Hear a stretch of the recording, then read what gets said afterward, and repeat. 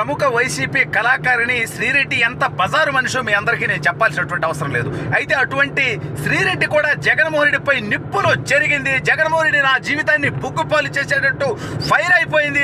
జగన్మోహన్ రెడ్డి నన్ను వాడుకున్నాడంటూ చాలా బోల్డ్ స్టేట్మెంట్ ఇచ్చేసింది. అసలు ఇంతకీ శ్రీరెడ్డిని జగన్మోహన్ రెడ్డి ఏం చేశాడు, శ్రీరెడ్డికి జగన్మోహన్ రెడ్డికి ఎక్కడ చెడింది, ఏంటా కథ అనేది వీడియోలో వివరించబోయే ముందుగా ఇప్పటివరకు మన ఛానల్ సబ్స్క్రైబ్ చేయని వాళ్ళు ఖచ్చితంగా సబ్స్క్రైబ్ చేయండి. ఇక విషయానికి వస్తే శ్రీరెడ్డి అనేటువంటి బజారు మనిషిని అడ్డం పెట్టుకొని తెలుగుదేశం పార్టీ నాయకుల్ని ఇష్టం వచ్చినట్టు కారు కొత్తలు కూపించాడు జగన్మోహన్ రెడ్డి. ఆ శ్రీరెడ్డికి పేమెంట్ ఏమో ఇంకొక లత్కోరుగాడు లఫోటుగాడు ఏటుగాడు అయినటువంటి విజయసాయి రెడ్డి గాడు మంత్రి పంపించాడు అనేటువంటిది రాష్ట్ర ప్రజలందరికీ తెలిసినటువంటి విషయమే. అయితే ఈ శ్రీరెడ్డి ఏ సినిమాలో యాక్ట్ చేసింది లేదు, కానీ ఎంత బజారు వీడియోలు చేస్తుంటుందో, కనీసం సభ్య సమాజం చూడలేని విధంగా, మహిళలు చూడలేని విధంగా అత్యంత కుసంస్కారంతో కూడినటువంటి వీడియోలు పెట్టుకునేటువంటి ఈ దౌర్భాగ్యురాలు వైఎస్ఆర్ కాంగ్రెస్ పార్టీకి ఒక రకంగా అధికార ప్రతినిధిలాగా పనిచేసింది. నేను జనగణన సైనికురాలని చెప్పింది. అయితే ఈ దౌర్భాగ్యురాలు ఇప్పుడు ఎట్టకేలకి జగన్మోహన్ రెడ్డి గారు ఓడిపోయిన తర్వాత రియలైజ్ అయిపోయింది. జగన్మోహన్ రెడ్డిపై తీవ్ర స్థాయిలో ఫైర్ అయిపోయింది. ఈ జగన్మోహన్ రెడ్డి అనేటువంటి బఫూన్ గాడు వాడు చుట్టూ ఉన్నటువంటి మంద నన్ను వాడుకొని వదిలేశారు, నన్ను అత్యంత ఘోరంగా నీచంగా వాడారు అని చెప్పింది. అంటే జగన్ గాడు ఆ వాడకం వాడతాడా వాడలేడా, వాడి మీద రకరకాల ఆరోపణలు ఉన్నాయి.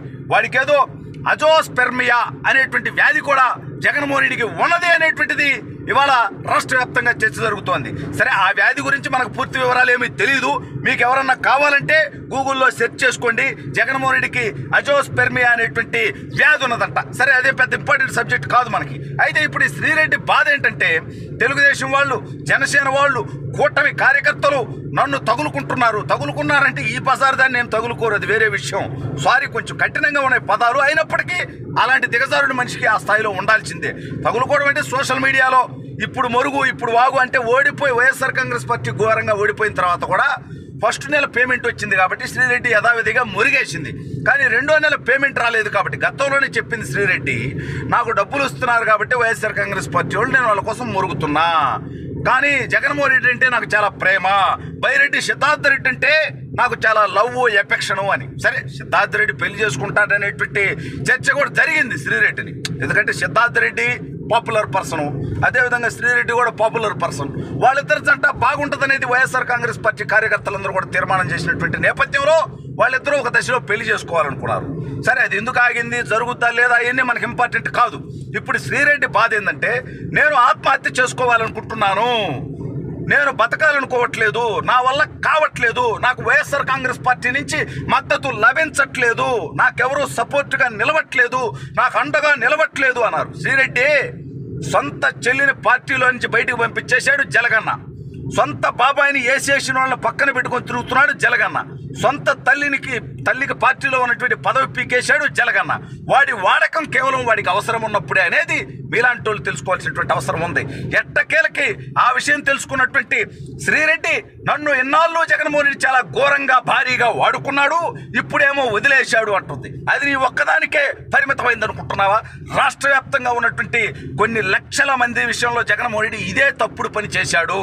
ఏది ఏమైనప్పటికీ శ్రీరెడ్డి గతంలో రఘురామకృష్ణరాజు గారిని కారు కొత్తలు కూసింది, చంద్రబాబు నాయుడు గారిని మాట్లాడింది, లోకేష్ గారిని మాట్లాడింది, పవన్ కళ్యాణ్ గారిని అయితే చాలా చండాలంగా మాట్లాడింది, ఆయన కుటుంబంలో ఉన్నటువంటి మహిళల గురించి కూడా నీచంగా మాట్లాడింది. ఇంత నికృష్టపు మాటలన్నీ అంటే జగన్మోహన్ రెడ్డికి ఎప్పుడూ కూడా తన ప్రత్యర్థి పార్టీలో ఉన్నటువంటి వాళ్ళని బండబూతులు తిడితే, వాళ్ళని అత్యంత అవమానకరంగా మాట్లాడితే ఈ సైకో కదా ఈడు ఆనందపడిపోతాడు.